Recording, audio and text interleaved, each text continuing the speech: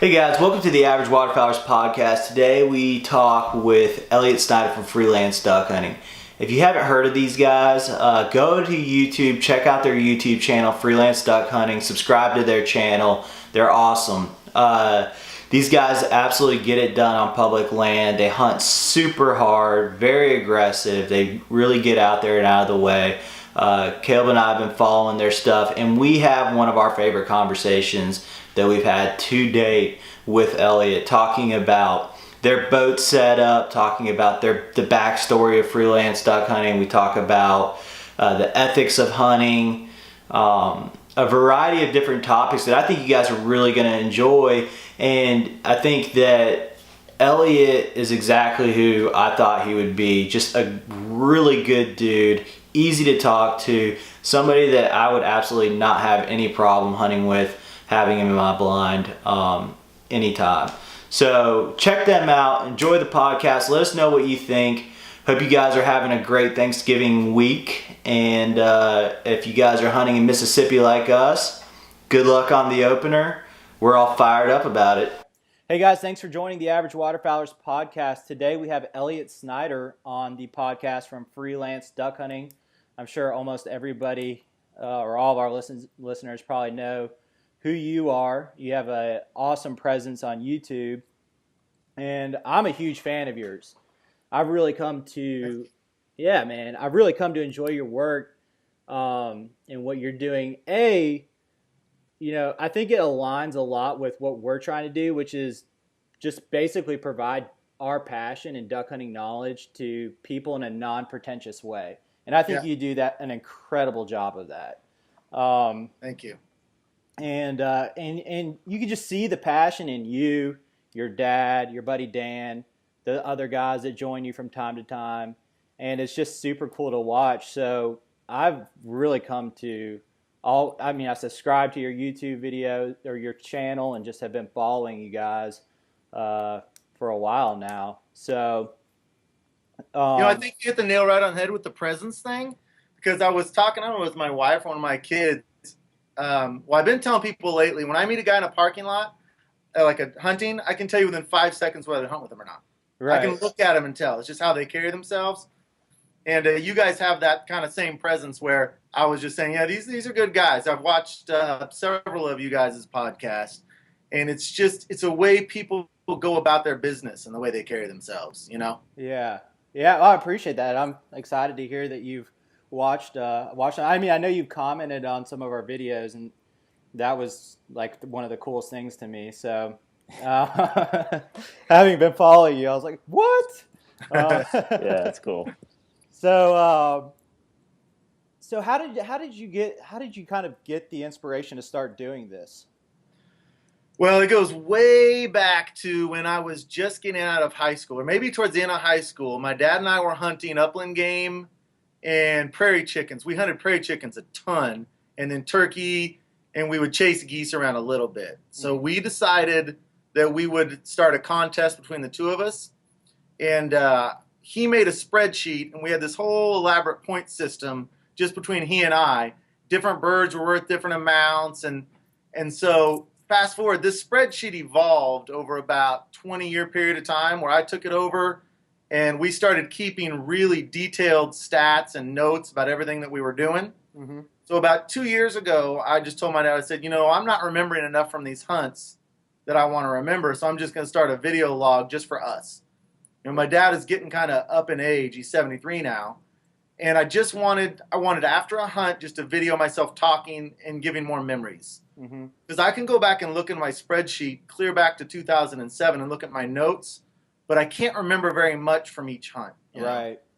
So that spreadsheet greatly evolved and then turned into the video logging that I said I was going to do. So last year I just decided to bring a camera with me, and I decided I was going to house those videos on YouTube. But I had no idea that anyone was actually going to watch them. That was not the purpose at all. The purpose was just simply logging memories.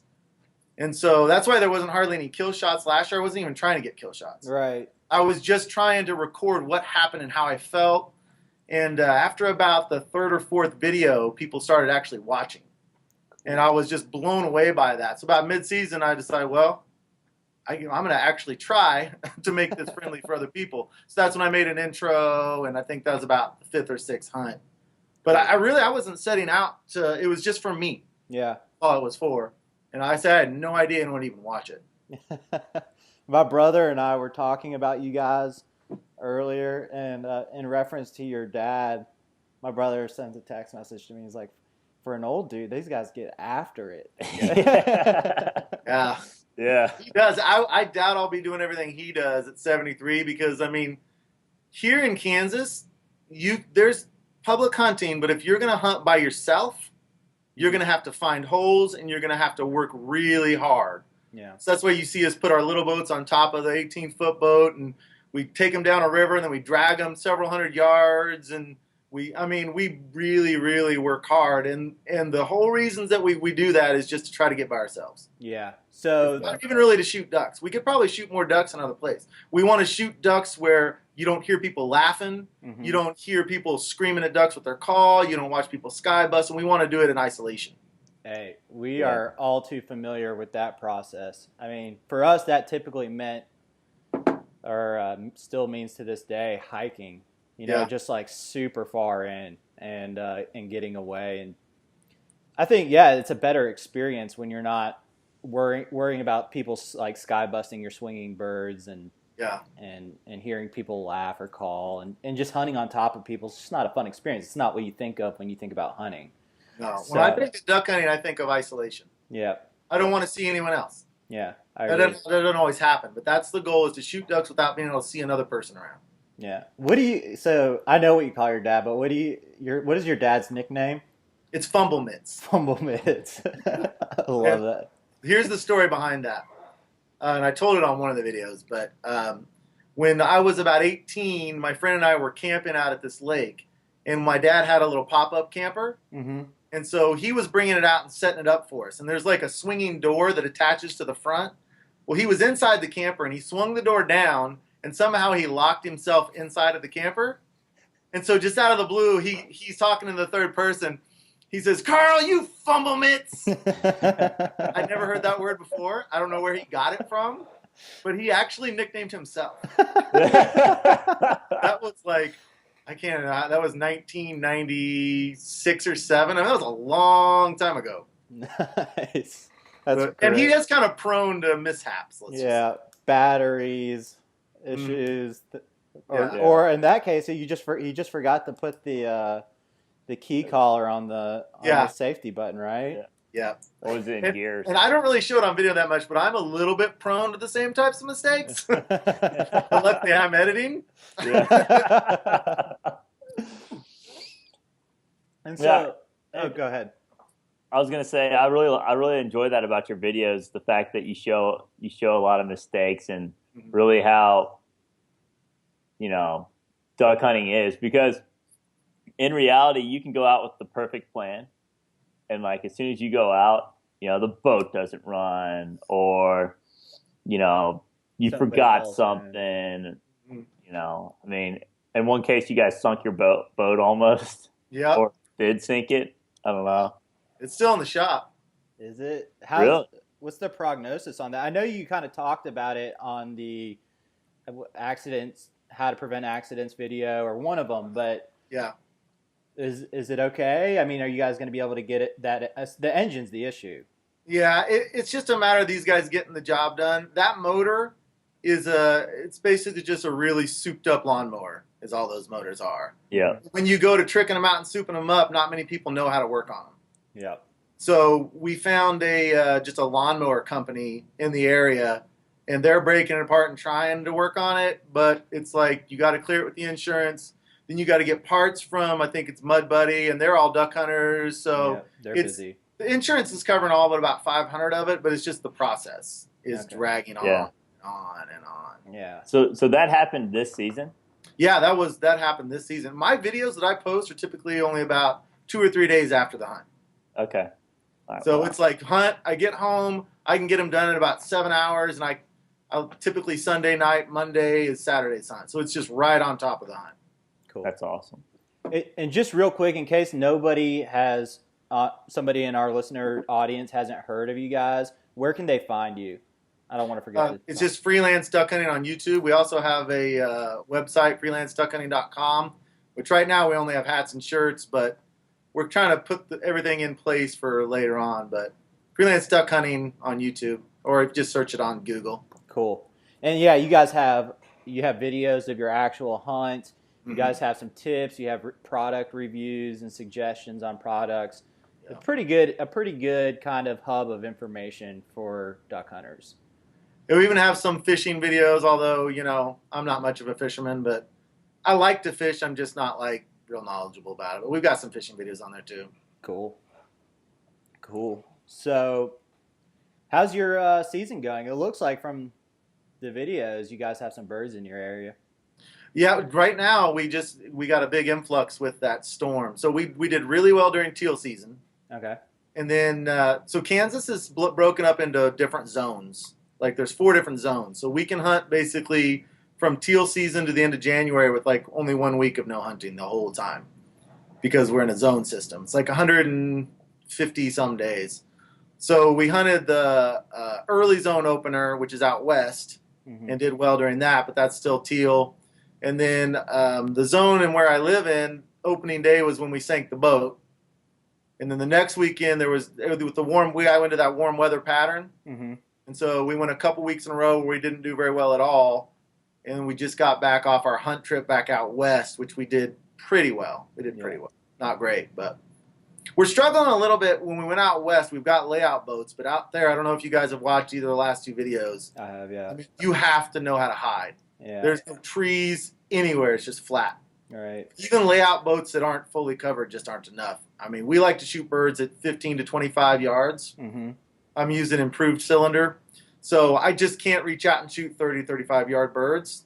And if here, with all the pressure, if you're not covered from head to toe, you're not going to shoot 15 to 25 yards. Yeah. And so we really struggled with our concealment because we've got layout boats and we've made mats and we've made hoods, and it wasn't enough. Yeah. So we're kind of rethinking our entire process for concealment with our layout boats. What's the concern there? Are you guys concerned like they're seeing the dogs, or are they seeing your faces? I don't think. Well, we used raffia grass and we tied it to like this plastic fencing, and it gets wet and just kind of sticks down and turns all dark. Yeah, that's an issue. With all the traveling, a lot of it has fallen off. And the dogs are pretty well hidden because I've got a hood that goes up over. It doesn't look 3D natural enough. Yeah, so you got to lighten it up. Overhead, you know, and they look down and they see a big, dark, not 3D natural looking thing. They're not even seeing us. Yeah, right on top of the decoys. Yeah. Yeah, and the best day we had 4 guys and 2 dogs, and that's in layout. Even in layout boats, that's hard to hide 4 guys and 2 dogs. Yeah. So we were getting really hard. 30, 35-yard shots on the second day. And I can't touch those with my improved cylinder. And I'm mired in a really bad shooting slump anyway, which I've got a video coming out tomorrow called Confessional where I kind of... And in fact, on the way home, I was listening to you guys' last podcast. You talked a lot about shooting tips and stuff. That hit me at the perfect time because I'm 6 for my last 33. Ooh. Yeah. Rough. Silent smiles I'm getting. Hey, man, I'd be lying if I didn't say, I mean, I'm not the best shot. I don't know. I have my days where I shoot well, but Caleb and I were in North Dakota last year, and I mean, this dude was getting mad at me. I was missing so much. I had changed my shells up, and I had a new gun, and I didn't put the practice in that I should have put in. Really, is what it comes down to. But man, I was missing birds like 15 yards away, just back flapping 5 feet off the water. It's in your head. Yeah, it really does. Yeah. But it's like, I'm an honorable guy. I'm not going to shoot into his limit. And so I'm sitting there like, let's go pheasant hunting. And let's finish this thing up. And he's like, whiff. I'm like, all right, well, I'm going to sit back and take a nap. I'll let you figure this out. I'll tell you, it's a lot better to be the guy napping in that situation, let me tell you. It was tough, man. But it's a bad feeling. Well, we moved to layout boat hunting in the last 3 or 4 hunts, and that is a whole different deal with shooting because the timing's different. Yeah. You're doing a sit-up. You're you're basically still leaning back a little bit, so you're not out over the top of it. It's a whole different game. I was just about to say. That's why I started. Yeah, I was just about to say.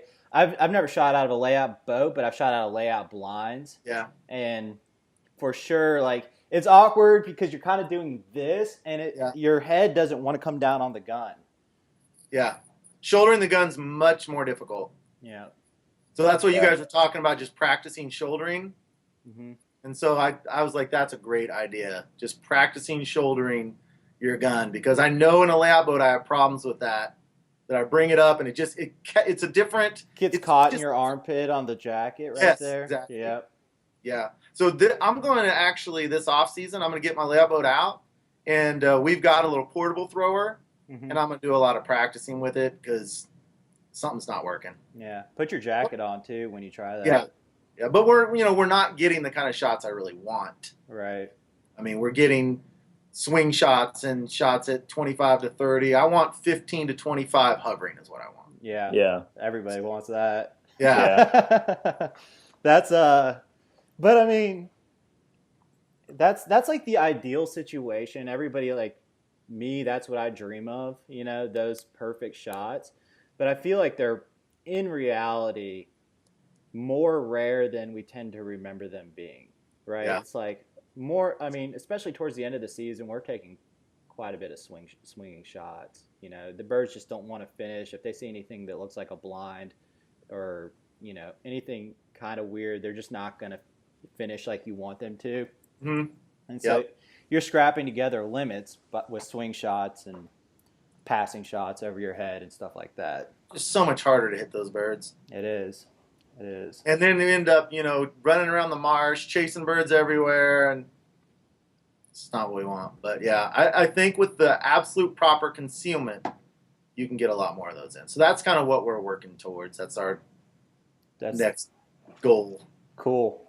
So have you thought that out, or are you just going to use natural brush, like cut up some burlap sacks maybe and use like the actual cattails at the location, or? I don't know. We've been in the phase of just researching it the last few days, and I'm not sure. We use our boats so much and we transport them so much. I have to have something that'll stay on through all the wind drift. Right. So I don't know. There's a YouTube video where a guy's using plastic kind of chicken wire and totally fashioning into his boat, which is basically the same type of thing that we've done, except we just made blankets essentially that roll up. Mm-hmm. But I think that's probably what we'll go with because you can zip tie that on. Yeah. I just don't know about the natural stuff. I don't know how that'll hold up over a whole season. Yeah, it doesn't. It doesn't. You're constantly rebrushing. It doesn't. Yeah. Yeah. I mean, and I'm okay with that. It's just because you guys get there early, man, to get away from the crowds and get your spot. So like, I feel like you guys would have the time. To brush up. I don't know. Maybe just a suggestion. Yeah, I think that we would. And Dan loves building blinds and loves brushing. For some reason, it just drives me nuts. I don't like doing it. It's annoyance to me. But Dan loves it. So yeah, that's definitely, if you had kind of a base kind of coat of raffia or whatever. Yep. And then you just brushed it when you were there, that might be an idea. Yeah, that's something to think about, just to get the lightness back on there and have some darkness behind it. It might not be as flat looking from the sky. Yeah, I think you're right. Quite honestly, I'm lazy about that. Yeah, everybody. We do get out there early, though. We do get out there early enough. If I'm not the first car in the parking lot, I actually have anxiety. Do you? If I'm the first person in the parking lot, I feel calm. I feel good. If there's one other car, my motor's just flying, I get irritable. My dad's going slow. I'm griping at him. It's like early, be the first people and relax. Yeah. You have to have that mentality if you want to be successful on public land. Yeah. I really agree with that. So did you guys? This is your first season using those layout boats? No, we've had those. No, we've been using layout boats for quite a while. We used just regular grass mats at first. Okay. And we use those for quite a while, but the color on those, you know which ones I'm talking about? Those, they look kind of like a dry cattail. Yep. Yeah, I know. That's what the standard, but the color was too light on those. So then we went to trying to make our own mats, and we've been doing that for about 3 years, I think, and it's just doesn't seem good enough. So, but we use the layout boats more often for just transporting than we do actually laying out. because in this part of the state we've got a lot of timber. Mm-hmm.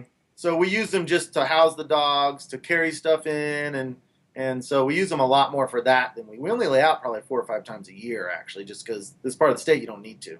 Okay. Yeah. What boats are they? Which brand?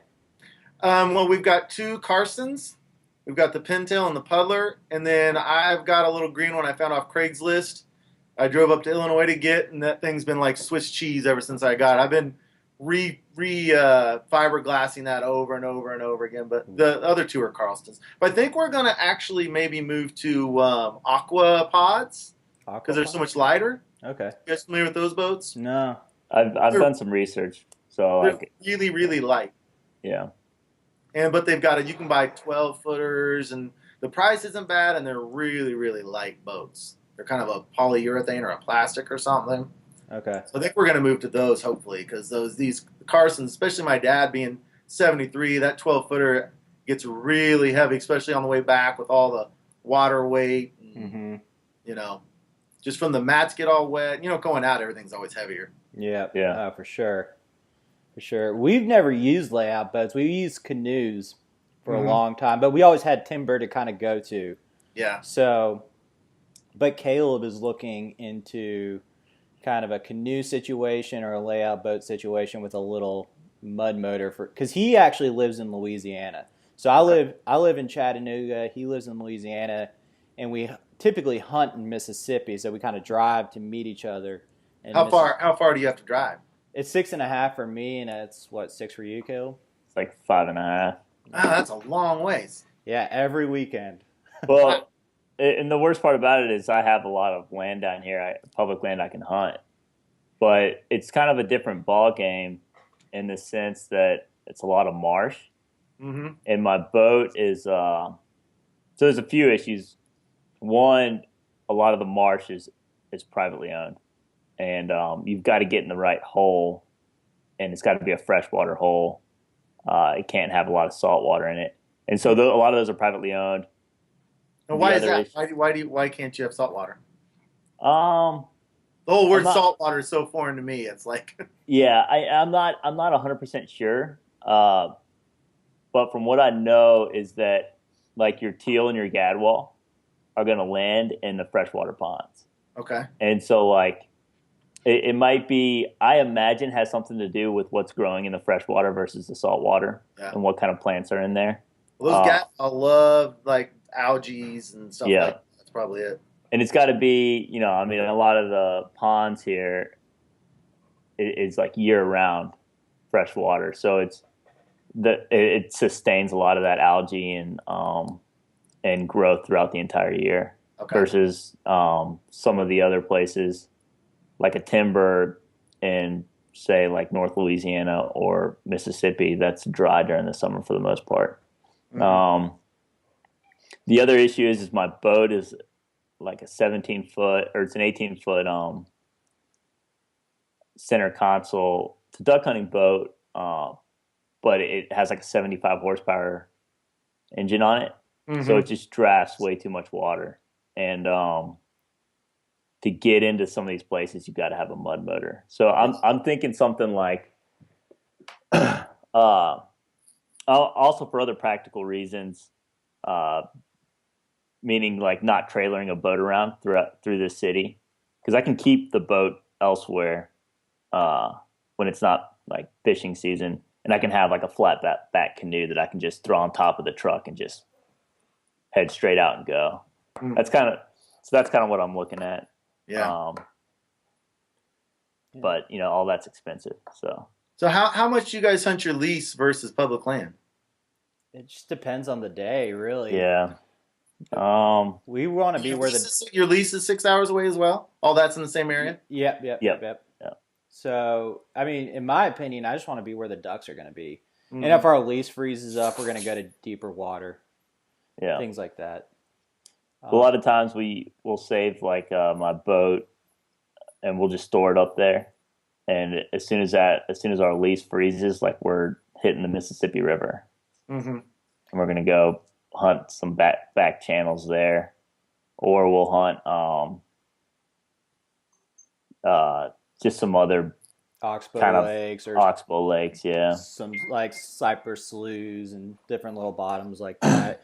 My thing is like I actually prefer to hunt public land. So yeah, we spend all this money on this lease, and I love it because it gives us a central location that we can operate from, and there's days where the ducks just want to be in the fields, and then we can still hunt right in the fields. But it's I like to be in I like to be hunting in like cypress sloughs are like my favorite thing to hunt, or off the river, going further out and just hunting new places. Yeah, but we tend to hunt the lease a lot now. Well, there's also there's the idea of like, to me, there's the idea of killing birds on a lease, and to me, it's like, oh, okay, you did something, right? But if you go out and you kill a limit on public land, to me, I don't know, like I don't hunt Kansas. I know you guys have great hunting out there, but for me in like Mississippi or Louisiana, like you've actually done something. Yeah. Right. And that's like, the best hunts that I rank are all the ones that have been on public land where I've done really well, because that's the hardest to do. And especially if you get away from people and you do it, then you have the whole thing goes into effect. It's more fun. Now, the issue is at this point is obviously it's time management, right? When you go to your lease, you can get there and roll in at 12 o'clock at night, 1 o'clock in the morning, and get 2 hours of sleep, go throw out decoys, and just wake up and be there. Yeah. Right. Versus public land just takes a lot more effort, and if you're not hunting exactly where, in my opinion too, it's really hard to go somewhere and hunt public land that you don't have eyes on. Yeah. Right? I just went up to a place, Louisiana, the Eastern Zone opened up this past weekend, and I went up and kind of did like a scouting mission / hunted like a few hours, and looking at something on Google Earth and then actually walking out there and getting to a place where you see birds and then getting to the place where they want to be is very difficult. Yeah. Not to mention the fact that, I walked into several places that I thought would have water and it was just bone dry. And so if you don't live right there and you're not able to monitor it, there's things you can do, in my opinion, like call the game warden, say, hey, what's going on? Where have you seen birds? And I did that, and this game warden didn't happen to be very helpful. But in general, like there's nothing like actually going out there and scouting it out for yourself. Yeah. To me, and so it makes it harder. It does. We've got a bunch of spots we like to hunt, but I can get my dad to scout a little bit. But a lot of these places take so much effort to scout that we pretty much just have to blind hunt. We know spots that are traditionally good. You just have to pick one and go.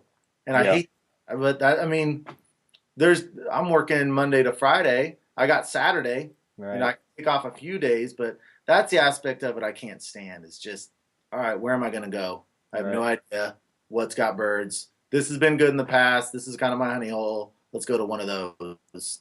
Yeah. And that's frustrating. That part of it's frustrating. For sure. So you and your dad, do y'all live in like the same area, or y'all spread out? About 45 minutes away. It's the northeastern part of the state, near Kansas City. Okay. And then, because you guys have like a little hunt camp somewhere, don't you? Well, my uncle owns land in the central part of the state, and it's right up against the refuge of an area. And so he's got a lodge in there, and he lets my dad keep his camper there. Okay. So we go out there for teal season. That's the early zone area. So we hunt that September, October. And then November, we stick pretty much around here. Okay. Gotcha. But all that's public. All we hunt's public. Right on. We have one place that we might be able to hunt that's private, but we have never done it. It's just we're talking to the guy. Right. Public. Knocking on doors. Yeah. Been there. Hey, I gotta plug in my computer. Let me get the cord real quick. Sure, not a problem.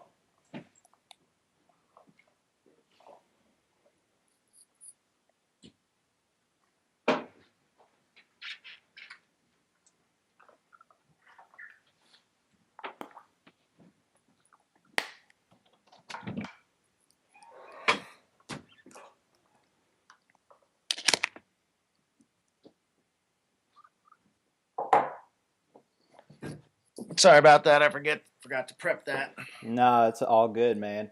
Do you have any time restraints on this? 8:30. I got about an hour. So Okay. what's Cool. it about? What time is it now? It's yeah. It's 8. So yeah, I got about another half an hour. I promised my wife we'd watch a show or something tonight, and I'm not fully prepared for the hunt tomorrow, so Oh, you're hunting tomorrow? I'm taking my youngest boy out. I've got 3 boys, 14, 13, and 12, and the 12-year-old's the only one that hasn't shot a duck yet. Oh wow. And so he's getting a little antsy. So there's a youth marsh at this place up here that hardly ever gets hunted. I talked to the game official, and he said only about 5 times all last year got hunted. Really? It's right up on the refuge. So, and we had a huge influx of ducks last week, so I'm really hopeful that it'll be kind of a hidden spot. That's awesome, man. Good luck. I really hope you get that little guy on some birds, man. I just need him to get about 5 to 10 quality, easy shots. He'll knock one down. Yeah, for sure. And if he doesn't, he's still gonna be like so pumped to be out there with you, and like it's just gonna be an awesome experience for him either way. Yeah, he loves it. That's awesome. The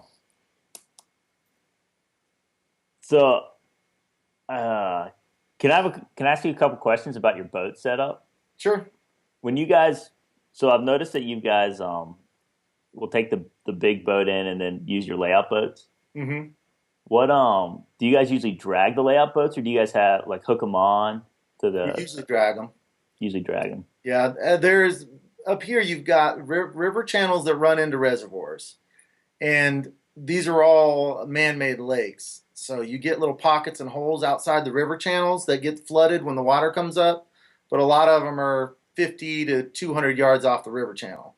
So guys go up to them with their boats and they walk in and hunt the edges on some of these places. And so with our little boats, we just drag them and get them on there, and we have a huge advantage over everybody else. Yeah. With normally dragging, sometimes it's just pulling them off and using them for the dogs to hide in and timber and stuff. There's all sorts of little spots like that up here. Okay, cool.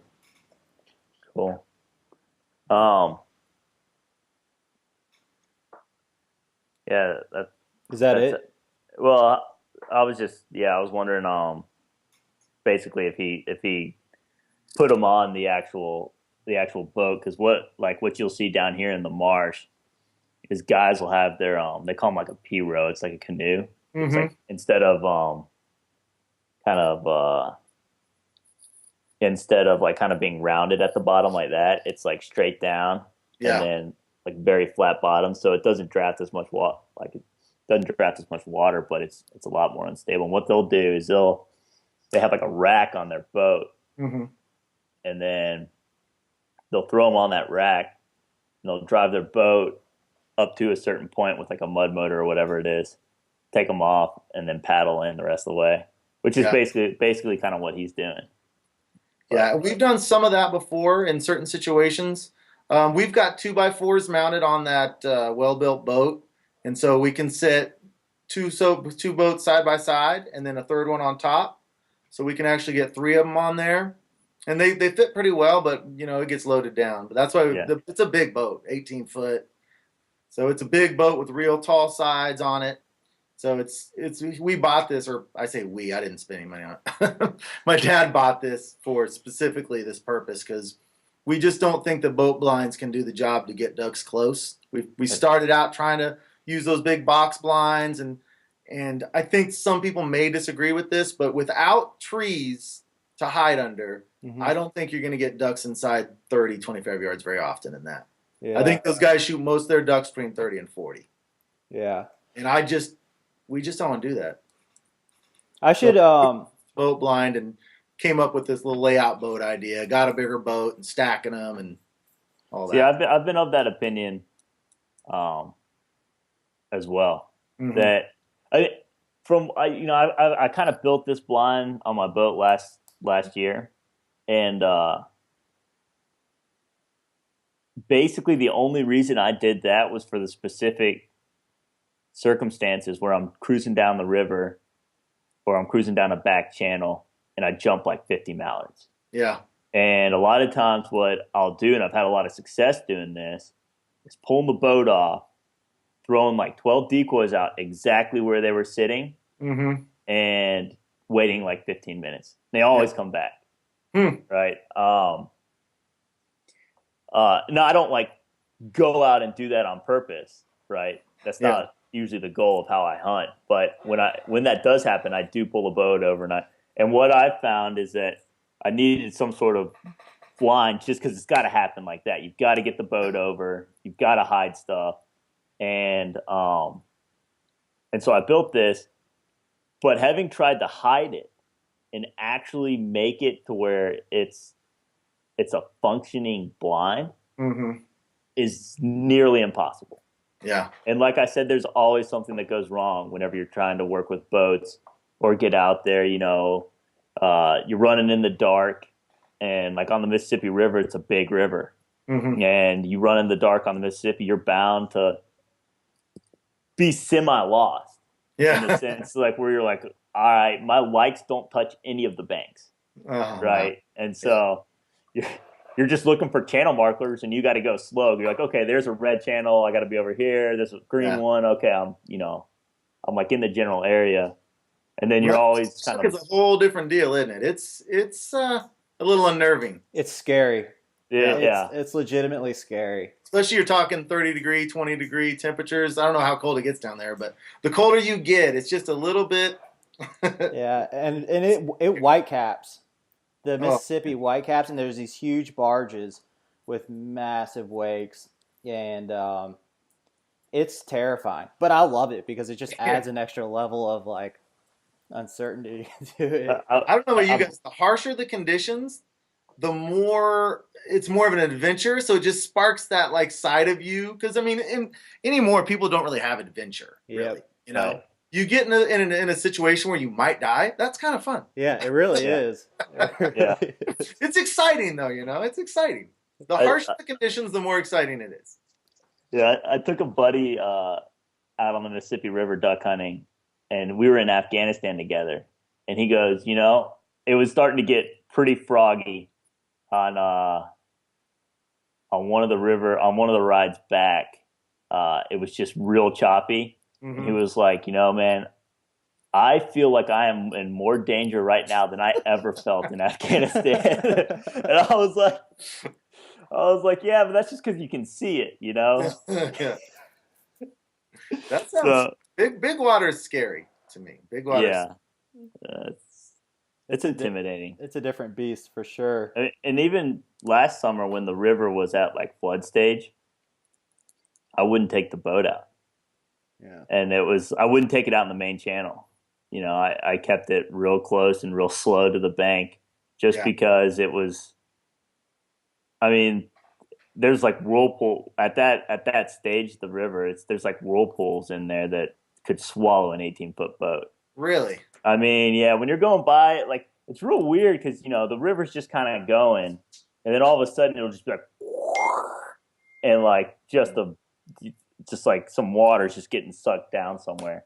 Wow. And at that level, like I had never been out there at that level, and I was like, if that's what it's like during normal stages, I was like, I don't even want to go out there. Yeah. Plus, you have like entire trees / houses getting, sucked down that river, and I don't know, it's intimidating. I bet it is. You know what? Right up on the Missouri River here, but it's all channelized and not that dangerous. And the locals around here think that there's whirlpools that can suck you down, and I know there's not. So I got to researching it, and there's not any kind of whirlpools like that here. But that's interesting to hear that you guys actually have them like that, because they're rumored to exist up here. Well, I've seen them, not one where I've been like really afraid of it. But I have seen like whirlpools where you're like, wow, if that had gotten any bigger, that would have actually been really scary. Yeah. That would be real scary. You know what I'm worried about though is not really the whirlpools or the big white caps. I'm just worried about like having engine issues out there Hmm. and ending up in Louisiana. You know, it's like that's to me is what's scary. So do you guys Yeah. always go upstream then? No, we almost always go downstream. Ah, Yeah, just because it's where cardinal the sin. Yeah. it's also where the boat launches are too. So, like the Mississippi River, like you could have like as far as like the crow flies, they could be 2 miles apart boat launches, but the river just bends so much that it's like pretty much an hour boat ride, Yeah. and so it just depends on like really the closest. And to me, you're weighing the risk because if you do go upstream, then you're spending more time on the water Hmm. versus a 15-minute boat ride from one boat launch or a 45-minute from the other. Yeah. I don't know. Yeah. There's always a risk with boats, that's for sure. Eventually you're gonna have boat problems, you just have to deal with it. Yeah. It's gonna happen. It's just how it is. I want to connect you with Phil Konkey. He's Yeah. a photographer. You should check him out on Instagram. He does amazing photography. He's actually been on our podcast.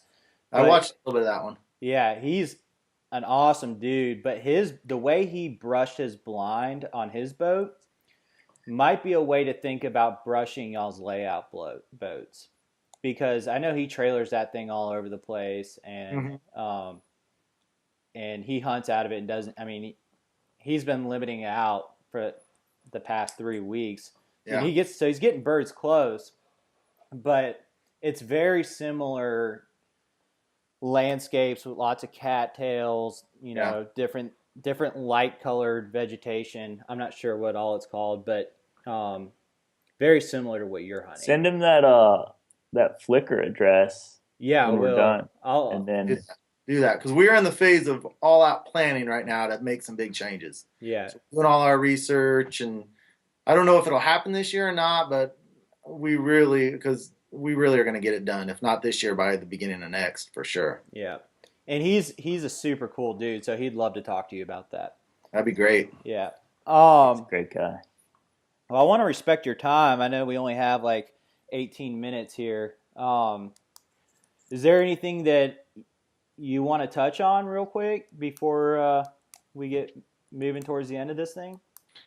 I heard you guys mention that you guys are on YouTube and iTunes, and what's the other one you guys are on? Podbean.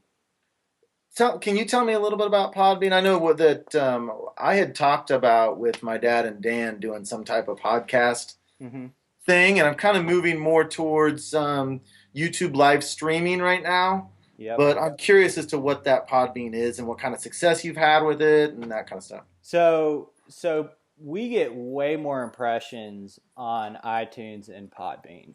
Okay. Like way exponentially more per day or week. So Podbean, basically what you do for anybody out there that wants to start a podcast, you should, because it's the easiest thing in the world.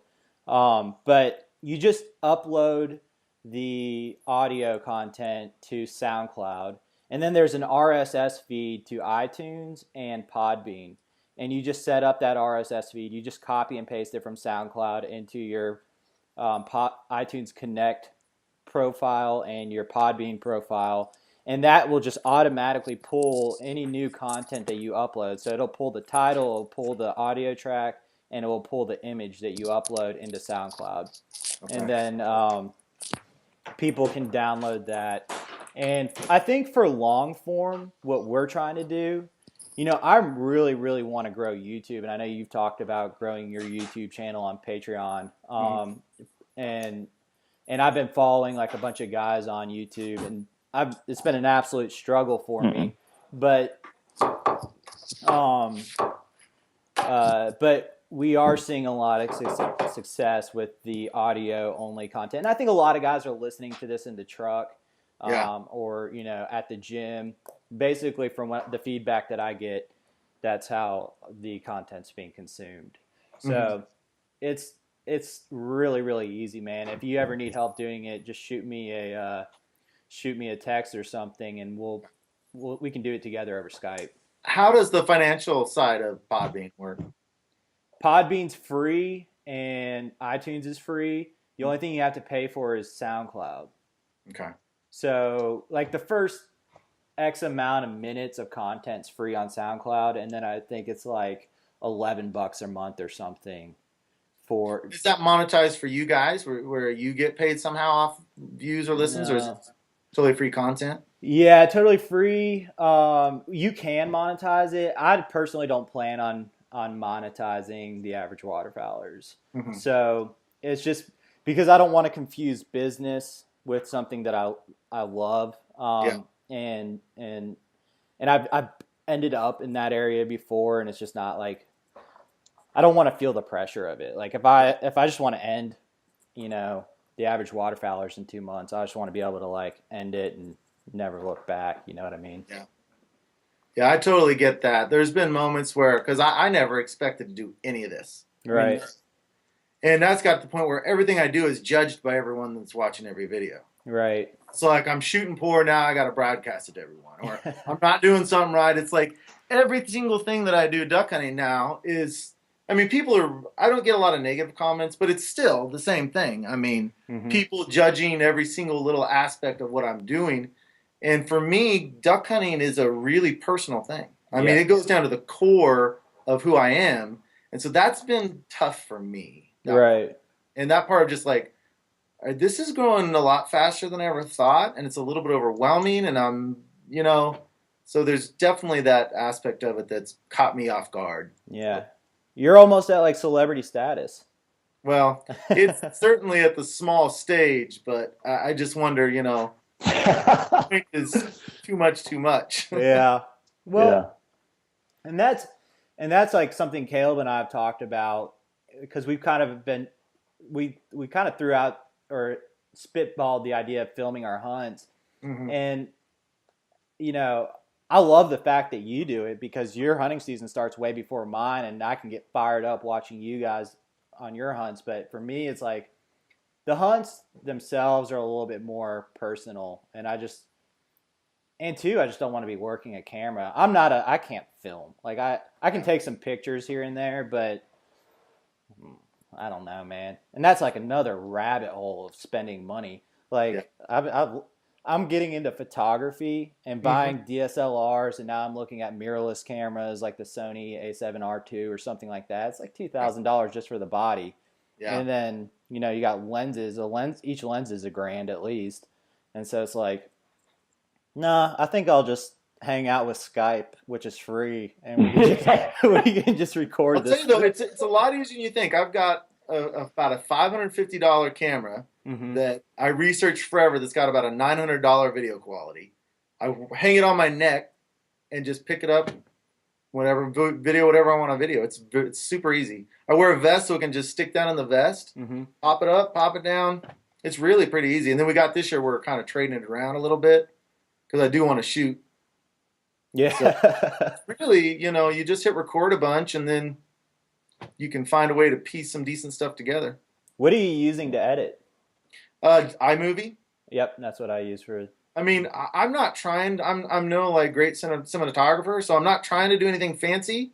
So I don't need anything better than that. I've looked into upgrading. And I'm like, if I upgraded, what would I want to do? I mean, I'm not trying to be like real artsy with anything I do. I just want to show what I'm doing. That's all I want to do. So. Right. Eventually, I imagine I'll upgrade to either Final Cut Pro or Adobe. But until I feel a real need for it. Yeah. The Adobe Cloud product, I was listening. Do you listen to the Gritty Bowman? It's they're very similar to you. Like where you are now is kind of like where they were maybe like 9 or 10 months ago. And then they just exploded. They're huge now. But they interviewed these guys from Rockhouse Motion. And Rockhouse Motion does a lot of like really high-end video content in the hunting industry. They did a film called Beyond the Roar where they go to Alaska and they go on this canoe trip and they go on a moose hunt. Cool. And it was phenomenal. But they use the they use the Adobe Cloud Suite, and that's like I think $15 a month or something like that. It's not that much. It's on professional level quality editor. Yeah, yeah. I mean, it's arguably the best, right? So It's good. Yeah, yeah, absolutely. but iMovie's free, so Yep. One purchase and it does everything I need to. So yeah. Are you using which camera are you using? it's a Panasonic HC V770. Okay, so is that more of like the handy cam style over like a DSLR? I'm not sure what DSLR is, but it's just handycam. Okay. Just hold it with your hand. Yeah, this is like a DSLR. Okay, yeah. No, it's just like a handycam. Cool. Yeah. Cool. Yeah, because I mean, you get great content, and you can see the birds working and stuff like that. So that's all that matters.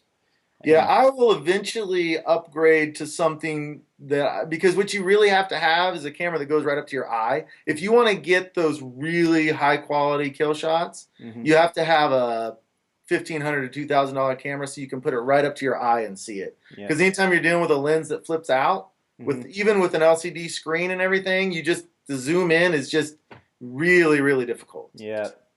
You got to get those lenses that capture enough light too, so that you can juxtapose the bird from the sky, and so it's not just like a dark dot. Yeah. Yeah. And I think, I don't know how good my camera can do that, because it's just really hard even to see it on that little screen. So eventually I'd like to move up to that, just because I want to get cool shots of birds. Yeah. I think you're getting great stuff now, and like y'all's thing is the relationship between the guys you hunt with. Yeah. And that's what speaks so loudly from freelance duck hunters to me. Yeah. And the experience, and I think that the fact that you're whether you intend to or not, you're like encouraging guys to go out and do this themselves, I think. Yeah. You know, if somebody that's never really duck hunted stumbles on your content, I think they're going to feel like these guys are just regular dudes. They're not like R&T pro staff. Yeah. If I can go out and do this, you know, or if they can go out and do it, like I can certainly go out and give it a shot. And the fact that you guys show like the fact that you flipped your boat or that you dropped your flashlight in the water or whatever little issues that you have, to me is like so encouraging to guys. Because Caleb and I were talking about somebody else's content, and this guy's like a professional, right? He sells content for a living. And Caleb made the comment, it's like, man, it just doesn't show how hard it is. Yeah. And you guys show how hard it is. And that makes it relatable. And I think that's what y'all's brand really is. And, and why people relate to you so well. I appreciate that.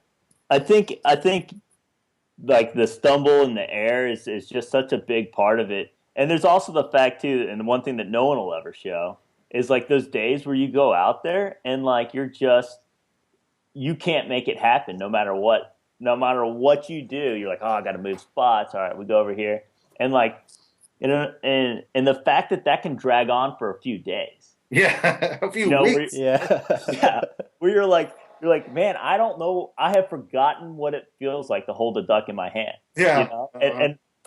And when you see like R&T pro staff or the Sika guys or I don't know, Duck Commander or whoever goes out there and shoots a lot of birds, you just don't see like, you know, that they go through dry spells. It's just not real. It's not real. Yeah. They go out and they shoot. Everything they shoot at goes down. They shoot a limit every single time. 8 guys with a limit every single time. It's just not how it is. Yeah. At least not anyone I know. Yeah.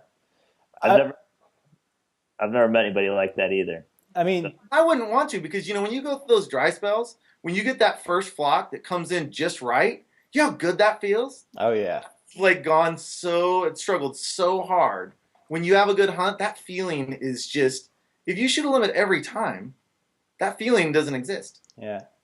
Yeah. Hunting's so much about the struggle, right? Like it's not just that pulling the trigger. Like the experience of hunting is so much about the struggle, the emotional turmoil, all the work that you put into it. And those guys that are going out there and making those videos, they're putting that work in. They're just not showing it, you know? And there's nothing wrong with that. I mean, these guys are they've got their own brand and they're doing their own thing, and that's awesome. But for young guys or new hunters, man, if you're just watching guys just killing limits and you think that that's just the way it is, that's just so devastating. I mean, I remember like when we first started duck hunting, no one taught us how to duck hunt. Caleb and I went out and learned it ourselves, just hit the pavement, and we were awful duck hunters for a long, long time. Arguably, we might still be awful duck hunters, but when of course we were buying the Duck Commander videos back then and every other hunting video on Bass Pro's shelf, and it was like, man, we're never gonna do it. Like, we're never gonna get that good, or it is just, or you're spending your entire off season watching those, and then when duck season does come and you don't get to that point, it's like even more of a letdown. So I love the fact that you're so real about it. And I appreciate that. Why do you guys think those other guys don't show it? Because to just macho-ness or what? I think that there's not, if you're making content for something like the Sportsman channel or something, like, and you've got 30 minutes to fill up, guys don't want to flip on the channel and watch guys not kill things. There's that. And then the second part of it is that these guys all have sponsors, like massive, huge sponsors, and their sponsors want them to have, an hour or 30 minutes of mayhem. And that's what they need to maintain that sponsorship. And so they can't have, and two, I think like this whole YouTube, like, form of content is such a new thing that now I think things are going to change, because like you can just upload a video a day after your hunt, and all of us that are consuming your content, we're following you, and then it makes it more real, and it's like, oh, he's going through a dry spell, and then when you do get on birds like next week or something like that, and you show that, everybody's rooting for you.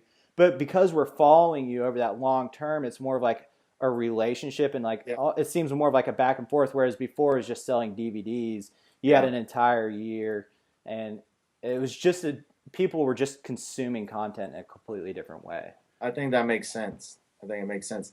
A lot of the videos on YouTube are starting to shift more towards a less of a kill montage and more of like a vlogging kind of. It's really starting to shift, I've noticed. Yeah. Which is much more enjoyable to watch. Yeah. To me, I don't want a kill montage with rock music. I will watch 5 seconds of that. Yeah, I can't stand it. And you're seeing it in.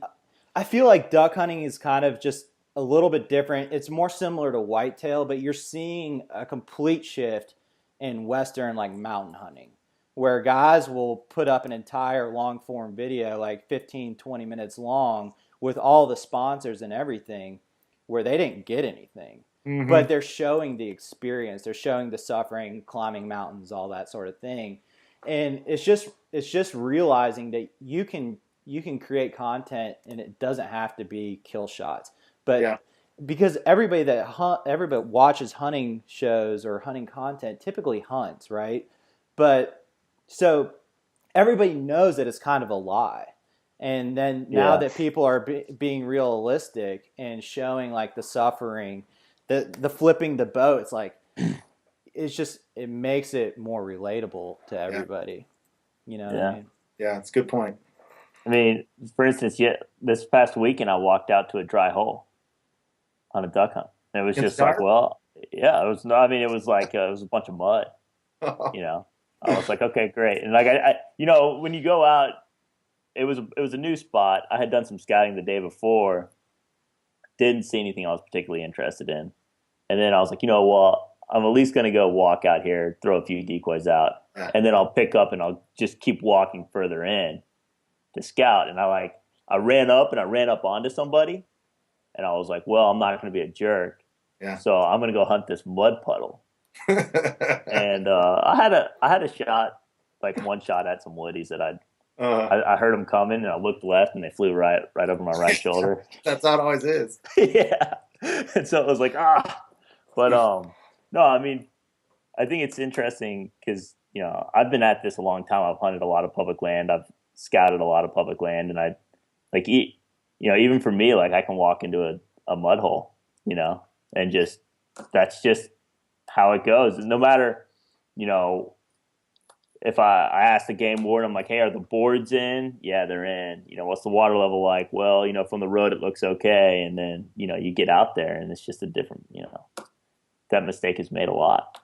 Yeah. The other holes I didn't want to go to because I saw like 5 alligators. And so I was like, that's a whole different thing. Yeah. Now, I saw your dog. How do you hunt with alligators in your dog? How does that work? I don't hunt them. So, I you mean, just certain situations. well, basically what everybody does is they wait for, from what I understand, they wait for about 3 days of consecutive below 50 degrees. And the reason why you need that is it'll shut down the water temp. It'll drive the water temperature down, and those gators will go into like hibernation. And after that, so like early teal season, you don't hunt your dog. I don't know anybody in the dark, setting up decoys, knowing that there's alligators around. Well, from what I understand, and I walked through some water this weekend. From what I understand, and I don't have a lot of experience with it, but from what I understand is that, and when I talk to the locals about it, they just don't bother you. And I've talked to people that go swimming in the summer and out where alligators are, and it just for whatever reason, they have never ran into a problem with them. And, dogs run into problems. Yeah, I bet. But like humans, I've talked to some older guys and like, I've been living here for 60 years. I've never heard of an alligator attack on a human. So, I think the reason why it's scary is because it's something you don't know. Yeah. Right. And Sure. and if you don't know it, then it's a little more terrifying. It's like someone from California coming to Kansas and being so afraid of tornadoes. Yeah. Exactly. I'd be terrified of tornadoes. What are you talking about? Never seen one. You've never seen one? No, I mean, you think of how much space there is. Yeah. How much a tornado covers. It's just, if you're not chasing them, I'd say about 50% of the people claim to have seen them. I've never seen one. I'd like to. Yeah, I've never seen one, but we've had areas right on top of where I live and where we hunt that have just been absolutely devastated by tornadoes. Yeah. I've seen The Wizard of Oz. Yeah. I know it can happen. It can happen. There's a lot of them around. Don't get me wrong. Yeah, for sure. So I have one other question, and then I'll shut up. Do you have any recommend? We've been getting a lot of like feedback as far as asking and talking about recommendations for the new hunters. Like if you could give maybe 2 or 3 words of advice for somebody that's just picking up their first set of decoys, a shotgun, and a pair of waders, what would you say? Oh, part of what we are trying to do is to train new hunters and the ethics of it, and train guys that hunt the ethics of it, because there's so many just common sense mistakes that guys make that affect everyone else around them. Mm-hmm. So I think number 1, don't set up too close to other people. Number 2, don't shoot things that you're not going to kill at least one out of every 2 or 3 shots. And if you just follow those 2 rules, because to me, setting up too close to people and shooting at birds that are out of range are the 2 most common things that you see guys doing. It's not always young guys. Yep. And so one of our missions is kind of to try to educate people how to do things ethically on public land. Mm-hmm. And so that's right where I would start. I did a video of the top 5 sins of public duck hunting. Yep. And so we really want to get people to push across the message of how to do this in a more ethical way that's good for everybody. Yeah. Right. And that has like several effects. And the first and foremost one, if you're sky busting ducks, those ducks will never come back. Yeah. And you're going to blow ducks out of your hole quicker than if, I'm like a firm believer that if they come in, they should not leave. Yeah. Right? Yeah. Because, no, I'm serious. If they come in and you shoot, I mean, what happens if that hen goes and joins another group, right? And that group flies over your hole. I mean, you're never going to get that group that she's in back. Because if she spooks, they're all going to spook. And so there's that aspect. And then there's the other aspect is if you set up too close to me and you sky bust ducks, and then you have a question for me after you see how I did, I am never going to tell you a single hint about duck hunting. And maybe I would, but the majority of people would not. They would never feed you a free chicken, you know? Yeah. And they ruin it for everybody. They just ruin it. If you're by anyone that shoots, some of these guys are literally shooting 100-yard shots. Yeah. Literally, they're shooting things at 100 yards. That ruins it for everybody. Like I said, it educates the ducks, and nobody can work anything into their decoys at all. Yeah, and on top of that, you're typically wounding animals. Yeah, and I think people don't think about that with ducks. Lots of animals. Yeah, but you don't want to wound a deer, and really the same ethics should apply to ducks or any animal, right? You don't want to wound ducks, and people want to have this idea that if the duck's flying off, you just didn't hit it. But that's typically, I don't want to say typically, but that's probably not the case. Chances are you got some BBs in at least one of them. Yep. And that bird is going to go and die somewhere else. And how long is it going to take it to die? And how many birds are you going to kill on that day? Right. So those guys leave with 3 birds and they've killed 20. Right. Yeah. I mean, it's just, I think that they should do some kind of shell limit where you can take, I don't know, the number's debatable, 25 to 40 shells. Yeah. Not allowed to carry with you any more than that amount. And when you're done, you're done. I would go with 25. I think probably 40 is probably a little more fair. But I think that would be an easy, and I also think they could make legislation that was something like, the wording would be something like repetitive shooting at birds with outside an ethical range or something. So, you don't get a ticket if you just take one stupid shot. But if a warden is sitting there and seeing you shoot at these 100-yard birds over and over and over again, bam, ticket. Yeah, that's a great idea. So many people would disagree with that. But I know they would. Yeah. But I tend to agree with it. And, man, if you're sky busting birds, you're just not learning how to finish birds. Mm-hmm. And that's whether you're sky busting or even if you're sky busting, I should say, those guys really want in the back of their mind to learn how to finish birds. They're just not giving themselves the opportunity to do so. Yeah. And they're typically probably new hunters. And we made that mistake. We sky busted birds. We just didn't know. We still we still have disagreements all the time in the blind about shot call. Yeah. Why didn't you call a shot? Well, I didn't think that was going to be the shot, the right shot to make. And then, and then you're sitting to yourself, well, if they're not going to get any closer, what do we do? Yeah. And you see a couple groups fly over like that. I've been there. And then you're like, all right, well, but I tend to know the people that are in the blind and where they can hit birds, and I know where I can hit birds. So, I just don't take those. Like Scott, our buddy Scott that was on that shooting podcast, he's a sniper. I mean, the kid's an incredible shot. Yeah. And he can make some of those really long shots, and he can make them over and over and over again. I can't. Me neither. I just don't take those shots. Yeah. And I don't want to waste my money, and I don't want to wound birds. Well, we keep track of our shooting percentage in our spreadsheet, and so I find that ridiculously fun. Like, I don't know if I want to hunt with you guys.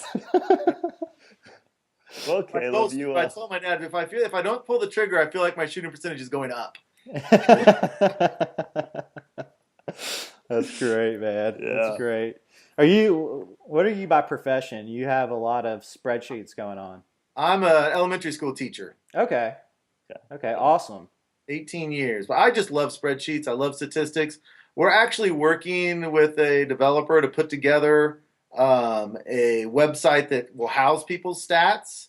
And it's kind of everything that we're doing on the spreadsheet, but kind of tricked out a little bit fancier. Mm-hmm. And I'm hoping to have that ready by the beginning of next year. It would be some kind of, I don't know, $5, $9 a month or something. But it would give people, because a lot of people I think would like to keep stats. Mm-hmm. But the spreadsheet that I've developed over the years is really advanced. I put, at least for me, it's really advanced.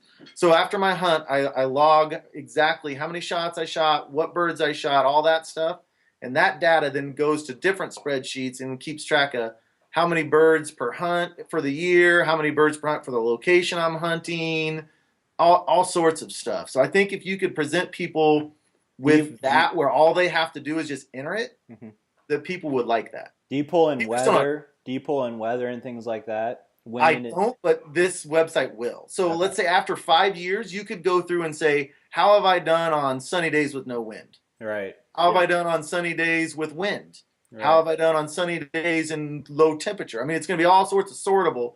So it's going to be good research as well as it is just going to be cool for, I bet you could sell that data for a ton of money too. I know, I'm serious. Because it's going to be research like what's never been done before. Right. If you could get 1,000 or 2 people a year doing that, and I had access to all of that data, it'd be that's great. Best duck hunter in the world. State's keeping. Yeah. And then what you should do is like have it like geotagged, and so then you know where everybody's holes are, but you wouldn't tell anybody that, and then you would just have like the best hunting holes in the country. And then I could sell those to people. Yeah. State. $300,000 for this hole. Here you go. I'll send you a GPS coordinate. But I am a stats guy. I love numbers and stats. That's awesome, man. I'm in a stats class, my first stats class with I'm getting an MBA. Nice. And it's absolutely destroying me. I have a good grade, but it's like, it's just a really hard class for me. It's not intuitive at all. Get the grade and move on. Yeah. Well, I honestly want, because you get to this stage in life, you like really want to, like, if you're taking the time to learn it or to be in the class, and you really want to learn it, you want to like internalize it and kind of think about it. But I have just found that like it seems that no matter how much time I spend doing it, it's like a step forward, 2 steps back. It's just not intuitive. It's tough. It's like duck hunting. Yeah. Yeah. It's rough. All right, Elliot, we'll let you go, man. I know you're ready to spend some time with your wife, so she's patiently waiting over here. Yeah. No, she's patient. Well, man. This has been great. This has been a ton of fun, and really enjoyed getting to know you. And maybe, hopefully, in the future, like after your season or something, we could do a follow up and just kind of update people on, like your layout blind situation or your brushing situation. Maybe some of the steps you took to fix that, and just how your season went. Oh, one more thing. You guys seen the Bob and Nan duck hunting channel? No. It's Bob and Nan. It's this guy and his wife up in North Dakota, and they've just started this year, and they've only done about 4 or 5 episodes. It's awesome, and they would make great guests for you guys. Awesome. It's this husband and wife hunting team, and they're funny. I mean, seriously, it's my favorite duck hunting YouTube channel there is. Well, thanks, man, and I will definitely shoot you that information, and I'll let you know when this goes up. And I'm gonna connect you with Phil. Yeah, please do. Cool. Please. Cool. Awesome. Thanks, Elliot, man. You've been an absolute pleasure to talk to. Yeah, thanks for having me. I enjoyed it. Awesome. Bye, guys.